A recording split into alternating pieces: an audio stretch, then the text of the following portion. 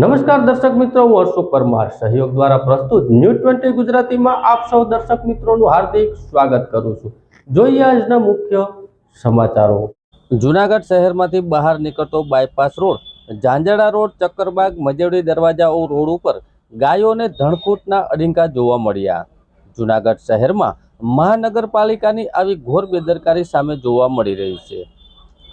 જૂનાગઢ શહેરમાંથી બહાર નીકળતા બાયપાસ, ઝાંઝડા રોડ, ચક્કરબાગ, જયશ્રી રોડ, મોતીબાગ, મજેવડી દરવાજા રોડ ઉપર ગાયોને ધણકૂટો આરામ ફરમાવી રહ્યા છે।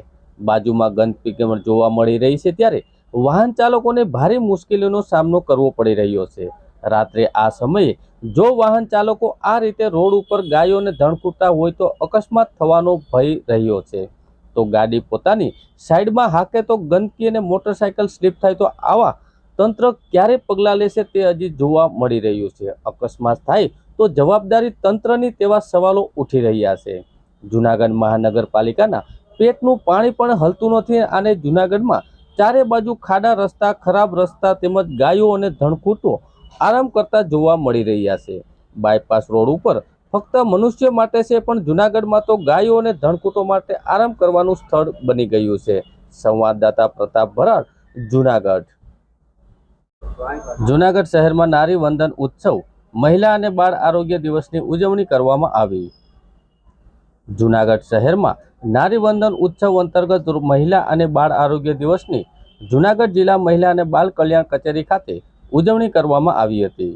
ગવર્મેન્ટ ગર્લ્સ હાઈસ્કૂલની વિદ્યાર્થીઓ રેલી યોજવામાં આવી હતી અને જિલ્લા મહિલા અને બાળ અધિકારી શ્રીજી સોજિત્રા, દહેજ પ્રતિબંધ સંરક્ષક અધિકારી બીડી ભાડ અને શાળાના આચાર્ય રેલી પ્રસ્થાન માટે લીલી ઝંડી આપી હતી। બેટી બચાવો બેટી પઢાઓ સૂત્રોચ્ચાર સાથે રેલી આગળ વધારવામાં આવી હતી। આ રેલી ગવર્મેન્ટ ગર્લ્સ હાઈસ્કૂલથી આઝાદ ચોક, ચિતાખાના ચોક, ગાંધી ચોક, તળાવ દરવાજા વિસ્તારમાં ફરી આ રેલીમાં મહિલા અને બાળ અધિકારી, દહેજ પ્રતિબંધ અધિકારી, ગવર્મેન્ટ ગર્લ્સ હાઈસ્કૂલના શિક્ષકો તેમજ સી ટીમ તેમજ પોલીસ વિભાગ ઉપસ્થિત રહ્યા હતા। ગવર્મેન્ટ ગર્લ્સ હાઈસ્કૂલ ખાતે કિશોરી મેળાનું આયોજન પણ કરવામાં આવ્યું હતું। આ કાર્યક્રમમાં મેસ્ટ્રુઅલ હાઇજીન વિષય ઉપર સંવાદિત થતી મહિલા અને બાળ કલ્યાણકારી કચેરી અંતર્ગત ચાલતી તમામ યોજનાની કિશોરીઓને માહિતી આપવામાં આવી હતી। જૂનાગઢમાં ગુજસી ટોકના આરોપી રાજુ સોલંકી તેના પુત્ર સહિત 4 શખ્સો લાજપુર જેલ હવાલે। રાજુનો ભાઈ હત્યાના પ્રયાસમાં ગુલામત જેલમાં છે, ત્યારે કબજો મેળવી એની પણ પૂછપરછ કરવામાં આવી। જૂનાગઢના ખાડિયા વિસ્તારમાં રહેતા રાજુ બાવજી સોલંકી તેના પુત્ર સંજય ઉર્ફે રાજુ સોલંકી, દેવ રાજુ સોલંકી અને યોગેશ કાળા બગડા સામે પોલીસે ગુજસી સ્ટોકનો ગુનો હેઠળ દાખલ કર્યો હતો। આ ત્રણેયને 3 દિવસના રિમાન્ડ મેળવ્યા હતા અને રિમાન્ડ દરમિયાન મકાન પેશબંધી કરેલી જમીન ઉપર હોવાનો ખુલાસો થયો હતો।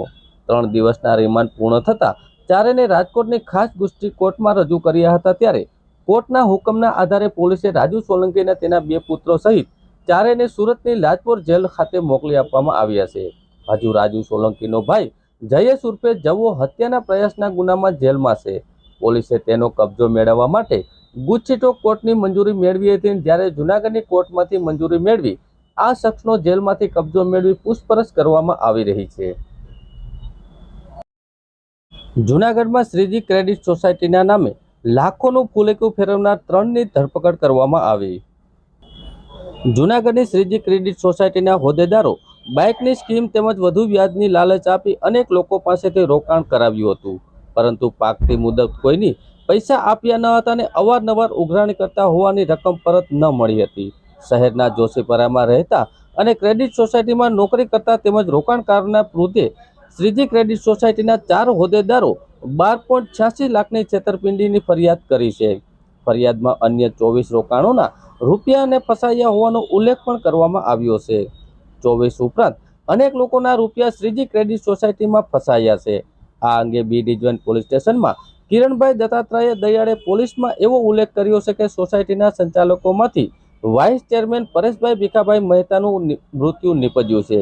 ફરિયાદમાં નોંધાવ્યું છે, ત્યારે આ બી ડિવિઝન પોલીસ દ્વારા સ્ટેશનમાં ગુનો દાખલ કરવામાં આવ્યો છે અને 3 ઇસમોની ધરપકડ કરી આગળની કાર્યવાહી હાથ ધરવામાં આવી છે।